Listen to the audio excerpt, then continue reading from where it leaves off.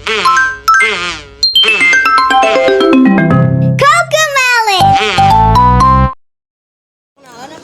selamat siang. Aku Salsabila Zara, Khairunisa dari Fakultas Pertanian Angkatan 25, kelompok 6. Sini ada Amara, sini ada Risma, ini ada Rasi. Ini PPT. Oke. Jadi di sini aku akan memberikan materi mengenai dasar pertolongan pertama. Jadi, pertolongan pertama itu adalah pemberian pertolongan yang bersifat segera kepada penderita sakit atau korban kecelakaan yang memerlukan penanganan medis dasar untuk mencegah cacat atau maut. Jadi, intinya tujuannya adalah mencegah cacat dan mencegah kematian. Jangan sampai kita menjadi korban selanjutnya. Terus tujuan lainnya itu adalah mencegah terjadinya infeksi, mengurangi rasa sakit, dan memberikan rasa nyaman dan menunjang proses penyembuhan. Prinsipnya yang pertama, pastikan tidak menjadi korban selanjutnya. Jadi kalau misalnya mau nolong, jangan sampai kamu menjadi korban. Karena menjadi korban itu sakit. Korban apa? Yang kedua, pakai metode atau cara pertolongan yang cepat, mudah, dan efisien. Biasakan membuat catatan, dan terakhir menggunakan APD. Terus etika pertolongan pertama, yang pertama itu ketuhanan.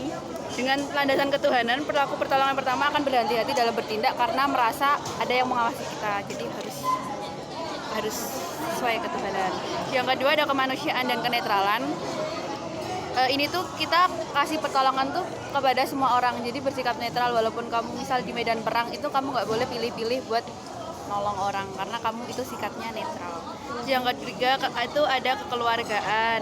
Dia tuh mendorong hubungan yang akrab, jujur, dan juga sabar, sopan, serta santun. Terus yang terakhir itu kesukarelaan dan bersifat sosial. Karena menolong itu harus sukarela. Terus prosedur pertolongan pertama itu ada dua, yaitu primary survey dan secondary survey. Primary survey itu bukan pertolongan sih, kayak dia tuh hal wajib yang harus diduluin sebelum nolong, itu wajib, baru secondary survey-nya dilakuin. Ada penilaian keadaan, pemeriksaan respon, hubungi bantuan, dan pemeriksaan ABC.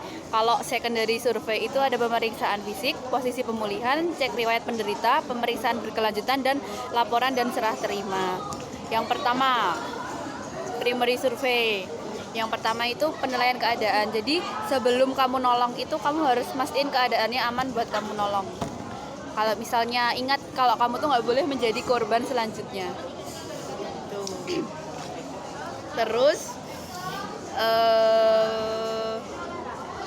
yang kita lakuin ketika penilaian keadaan itu kita lihat apakah tempat kejadiannya itu aman, terus apa saja tindakan pencegahan yang harus dilakukan untuk melindungi penolong dan juga korban, terus bagaimana mekanisme misalnya cedera atau sakit korbannya kita harus nolongnya gimana, itu dari awal harus kita cek dulu sebelum nolong.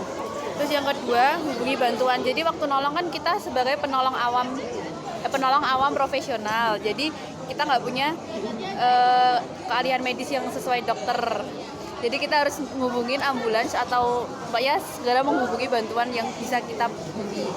Terus yang ketiga, pemeriksaan respon. Pemeriksaan respon itu akan menunjukkan tingkat kesadarannya dengan AFPU. Yang A itu awas, kita bisa manggil dia. Itu berarti dia sadar 100%. Kalau dia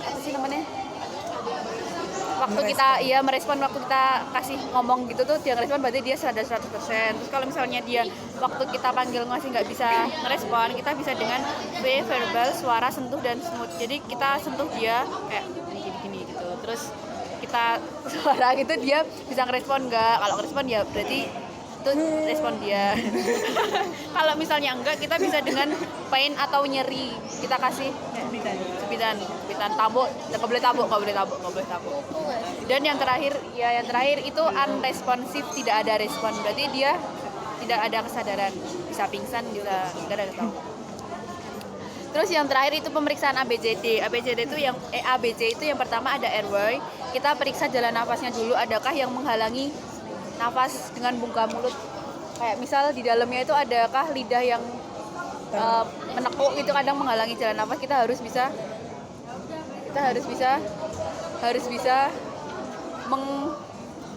biar jalan nafasnya itu bisa kebuka lagi. Terus yang kedua, breathing, periksa pernafasannya, dia nafasnya frekuensinya normal atau tidak. Frekuensi pernafasan pada orang dewasa berapa? 70.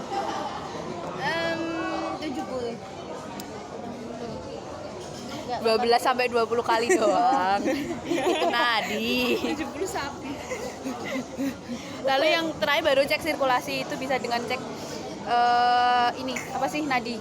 Itu baru 60 sampai 80 baru itu normal. Ada nggak? Terus kalau primary survey-nya udah terlaksana, baru secondary survey. Yang pertama pemeriksaan alat vital, tanda vital. Frekuensi nadi berapa? 60 sampai 90. Ngecek nadi di mana? Ngecek nadi di sini. Ada nadi nggak? Ada.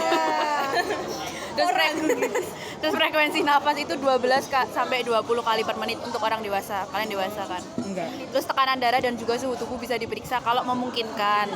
Terus kalau tanda vital udah dicek, baru pemeriksaan fisik. Dia ada nggak kayak dicek, ada waktu kalian nolong itu ada lagi nggak lukanya? Kayak misal luka di kepala, terus perubahan bentuknya, luka terbuka, terus ada nyeri atau buka yang terlihat, itu bisa ditandai lewat pemeriksaan fisik secara rinci. Harus dari kepala sampai kaki, itu harus wajib. Terus recovery position dia itu biasanya kalau korbannya nggak sadar, kan otomatis nggak mungkin kan kita diemin aja, harus dipindah posisinya di lebih biar lebih nyaman. Itu dia dengan menjaga agar tubuh itu tetap stabil dengan kepala dan tulang belakang itu segaris, jadi nggak ada kemungkinan cedera tulang belakang lagi. Terus selanjutnya ada riwayat penderita.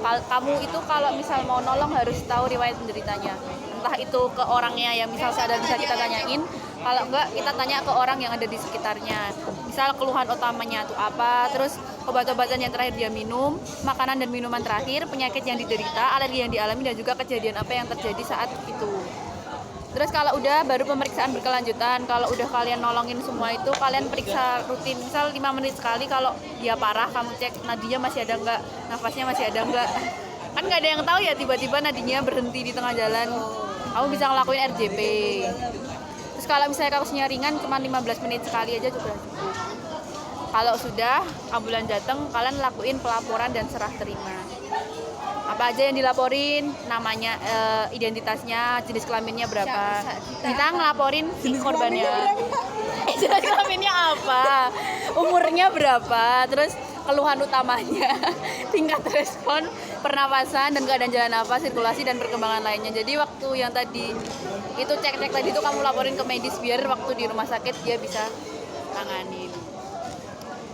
Umurnya berapa. Jadi itu saja. Terima kasih.